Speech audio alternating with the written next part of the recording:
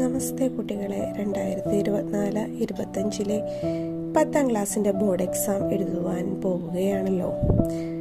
മലയാള ഭാഷയെ സംബന്ധിച്ചിടത്തോളം മലയാളം നമ്മുടെ മാതൃഭാഷയാണ്.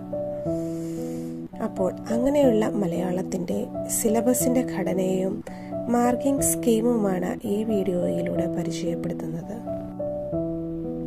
ഇനിയും മാർക്ക് വിഭജനം എങ്ങനെയെന്ന് ശ്രദ്ധിക്കാം. Section A reading comprehension, prose, vocabulary building and prose poetry വിഭാഗത്തിൽ നിന്ന് 40 മാർക്ക് നേടണം. Section B grammar, composition and literature, prose and poetry വിഭാഗത്തിൽ നിന്നും 40 മാർക്ക് നേടിയെടുക്കണം. Internal assessment 20 mark. അങ്ങനെ 80 മാർക്ക് എഴുതി നേടുകയും 20 മാർക്ക് ഇന്റേണൽ അസസ്മെന്റായി നേടി 100 മാർക്കിലാണ് നമ്മളുടെ മലയാളം പരീക്ഷ നടക്കുന്നത്.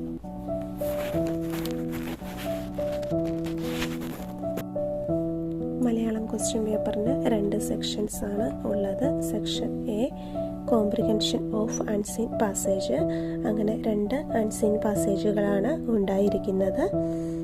ആദ്യത്തെ അൺസീൻ പാസേജിൽ നിന്ന് 8 മാർക്കും രണ്ടാമത്തെ അൺസീൻ പാസേജിൽ നിന്ന് 7 മാർക്കും നേടി. അങ്ങനെ അൺസീൻ പാസേജിൽ നിന്ന് ആകെ 15 മാർക്ക് നേടിയെടുക്കേണ്ടതായിട്ട് ഉണ്ട്. Vocabulary building, prose and poetry വിഭാഗത്തിൽ നിന്നാണ് ചോദിക്കുന്നത്. അതിൽ നിന്ന് 7 മാർക്ക് നേടിയെടുക്കേണ്ടതായിട്ട് ഉണ്ട്. പ്രോസ് ആൻഡ് പോയട്രിയിൽ നിന്നും ചോദിക്കുന്ന MCQ ക്വസ്റ്റ്യൻസ്: പാഠഭാഗങ്ങൾ നന്നായി വായിക്കുന്നതിലൂടെ 18 മാർക്ക് നമ്മുടെ വരുതിയിൽ നിർത്തുവാനായി സാധിക്കും. അങ്ങനെ മൊത്തം 40 മാർക്കാണ് നമ്മൾ ഈ വിഭാഗത്തിൽ നിന്നും നേടിയെടുക്കേണ്ടത്. Section B grammar, creative writing and literature.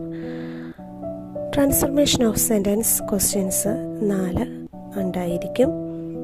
അതിൽ നിന്ന് 8 മാർക്കാണ് നേടിയെടുക്കേണ്ടത്. എസ്സേ റൈറ്റിങ്ങിന് 5 മാർക്ക്, ലെറ്റർ റൈറ്റിങ്ങിന് 5 മാർക്ക്, റിപ്പോർട്ടിങ്ങിന് 4 മാർക്ക്. അങ്ങനെ 14 മാർക്ക് അവിടെ നിന്ന് നേടിയെടുക്കണം. പ്രോസ് ആൻഡ് പോയട്രി വിഭാഗത്തിൽ നിന്ന് 6 മാർക്ക് വെച്ച് നേടിയെടുക്കണം. അതുപോലെ തന്നെ സപ്ലിമെൻ്ററി ടെക്സ്റ്റായ ചട്ടമ്പി സ്വാമിയിൽ നിന്ന് 6 മാർക്കിൻ്റെ ചോദ്യങ്ങളായിരിക്കും ഉണ്ടായിരിക്കുന്നത്. അങ്ങനെ 40 മാർക്ക് ഈ വിഭാഗത്തിൽ നിന്ന് നേടിയെടുക്കേണ്ടത് ആവശ്യമാണ്.